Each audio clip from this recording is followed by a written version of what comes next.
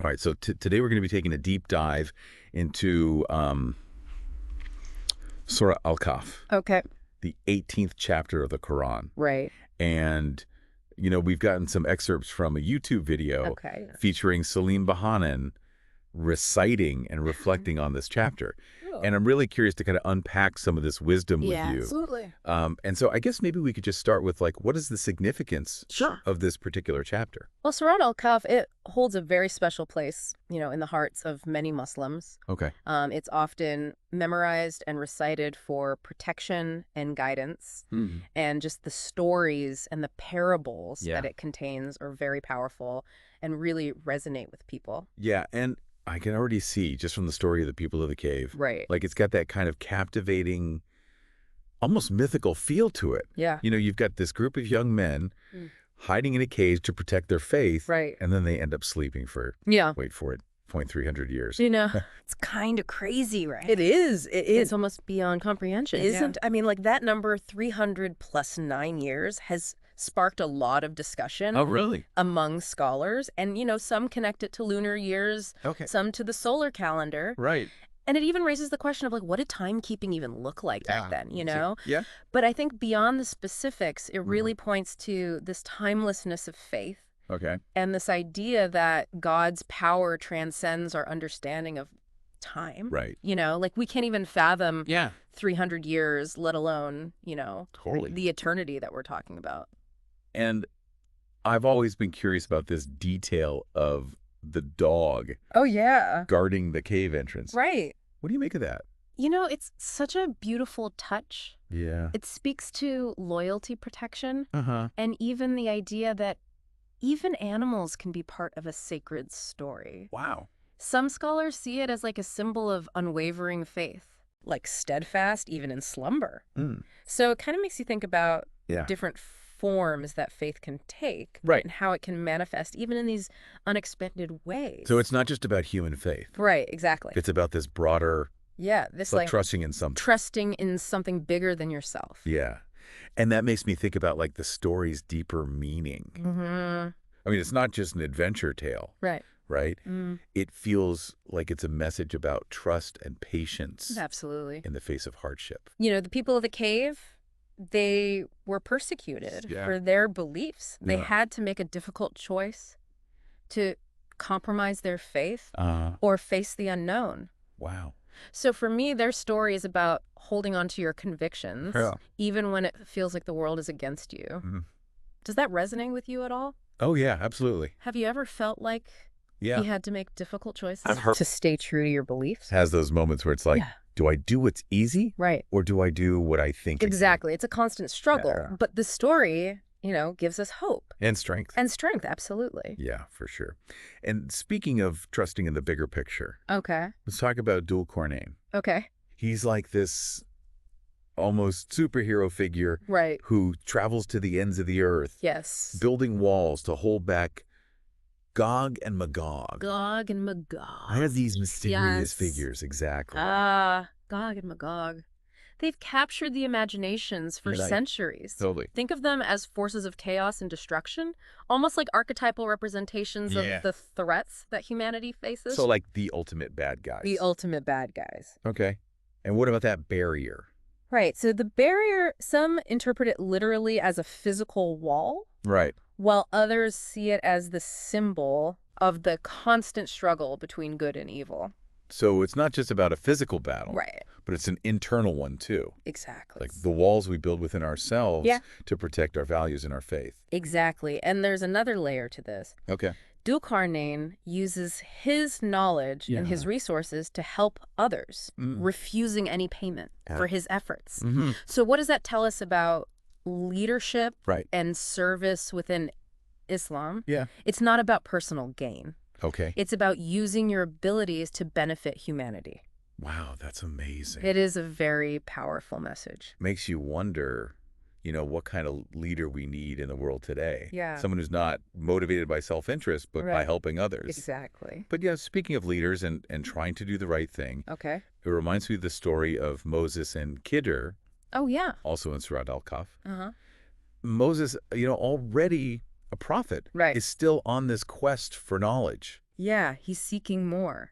And Kidder's actions are like so confusing at first. It's a story that really challenges our assumptions, right? Yeah. You have Moses, who we revere Yeah. as this incredible prophet and leader, Yeah. but he's shown as a student in this story, Right. eager to learn from someone with a different perspective. Okay, so it's like a reminder Yeah. that we should Right. always be open to learning. Always be open to learning, Yeah. no matter how much we think we know. And then there's Kidder, whose actions are like Right. damaging the boat, taking a life. They seem so harsh at first. Yeah, it's hard to understand what's going on. But there's a deeper wisdom at play. Right. It's like Yeah. what seemed like a tragedy to Moses Yeah. was actually preventing a greater harm in the long run. Exactly. It's about trusting that there's a bigger plan, Okay. even when we don't understand it. Which is hard. It is hard. As humans, we want to know. We want to know everything right. We Yeah. want to be in control. And this story is like, nope, Surrender. surrender to the bigger plan. That there's a wisdom Yes. that's beyond our understanding. Trust in God's wisdom, Right. even when his ways seem mysterious to us. And I think that ties into like a major theme in Surat Al Kahf. Yeah, This idea of like trusting in God's wisdom, absolutely. even when it's hard. Even when it's hard, even when it doesn't make sense. Yeah, because how often do we get frustrated Right. or upset All the time. because things aren't going the way we think they should? Exactly. This story encourages us to Yeah. surrender to a higher power, Okay. to accept that our understanding is limited, Yeah. that we don't have all the answers. Which is a very humbling thought. It is very humbling. But speaking of humbling, Okay. Surat Al Kahf also talks about the day of judgment, right? Yes, it does. Like it's a reminder that our actions have consequences. Absolutely. Yes. It's a powerful concept. Yeah. And it's woven throughout the chapter. We're reminded that we'll be accountable. For our deeds, Good and bad. both big and small. Yeah. It's not about living in fear, though. Oh, It's about making conscious choices, right. striving to live a life Yeah. that's in alignment with our values. And those values are pretty clearly laid out Right. in the chapter, right? Yeah. Kindness, compassion, standing up for justice, Absolutely. even when it's difficult. Even when it's hard. Yeah. It's not enough to just like avoid doing bad things. Right. We're called to actively pursue good deeds, To be proactive. which I think is really interesting. Yeah. And it makes me think of the parable of the two men and their gardens. Oh, yes. On one man has everything, Right. but he's totally consumed by greed. He's never satisfied. And the other one is grateful for what he has. He's content. Yeah. He's found true wealth. And it just feels so relevant even today. It does, doesn't it? Like, why do you think that story has resonated with Mm. people for so long? It speaks to a timeless human struggle, doesn't it? That temptation to focus on what we lack, Right. to always want more. Yeah. To never be satisfied. But true contentment comes from gratitude, Okay. from appreciating what we already have. So it's like a shift in perspective. It's a shift in perspective. It's a shift in our mindset From focusing on what we don't have to what we do have. to being grateful for what we do have. Exactly. And it's a challenge. Yeah. You know, it's not easy, Especially in today's world. especially in today's world where we're bombarded Yeah. with messages of consumerism. Yeah. Buy this. Get this. You need this. You need this. to be happy. Yeah. And this parable is saying It's saying no. no Well, true happiness comes from within. comes from within, from gratitude, Right. from contentment. Yeah. And I think there's another message in Surat Al Kahf that we haven't touched on. Okay. The beauty and wonder of creation. Oh, yes. Like some of the descriptions in this chapter are breathtaking. They're so vivid and poetic. Right. Like the sun rising and setting over the cave. Uh-huh. Or Dul Qarnayn traveling to the ends of the earth. Right. It feels like an invitation to appreciate the world around us. You're absolutely right. Yeah. Amidst all these weighty themes, Yeah. Surat Al Kahf reminds us Well, the beauty of God's creation. it's like stop Stop. and smell the roses. Exactly. But on a cosmic It feels scale. On a cosmic scale, appreciate the miracle of existence. Yeah, like slow down. Pay Pay attention. Be present. Be present in this moment. Yeah. And appreciate the world that we inhabit. Yeah, I love that. And you know what else I wanted to touch on before we wrap up? Right. Is that story of Dul Qarnayn Yeah. and his encounter with Gog and Magog. Right. Because it's got that almost apocalyptic feel, doesn't it? It does. These like powerful forces threatening to wreak havoc Uh-huh. on the world. It's a powerful image for sure. What do you think that story's trying to tell us? Well, I think on one level, it speaks to that very human fear Yeah, of the unknown. right? Like those forces beyond our control. Things we can't control. But then Dul Qarnayn's construction of this barrier, Right. this immense feat of engineering, Yeah, can also be interpreted symbolically, can't it? absolutely. So it's not just about building physical walls Right. to protect ourselves Such as physical. from those external threats. But also internal. Yeah, what do you mean? Like building inner strength, Okay. resilience. So like those walls could represent our faith, Well, exactly. the things we hold dear. Yeah, the things that help us navigate Right. the challenges of life. It's about cultivating that inner strength Mhm. that allows us to withstand negative influences, To not be swayed. not be swayed by temptation, No, the chaos. all the chaos of the world. And it's interesting, though, that even with this incredibly strong barrier, Yeah, the story suggests that it won't last forever. right. Eventually, Gog and Magog will break through. That's true. So what does that mean? Well, I think it's a reminder. That even the best defenses are temporary. Okay. Ultimately, our true protection, Yeah. our ultimate security comes from something deeper. Okay, so where does it come from? Our connection with God. Our submission to His will. So no matter how strong Right. our external defenses might be, Yeah. our inner peace rests It rests on that foundation on our faith. of faith. So we've explored all these different stories and themes, We have. from the people of the cave to Dul Qarnayn, Right.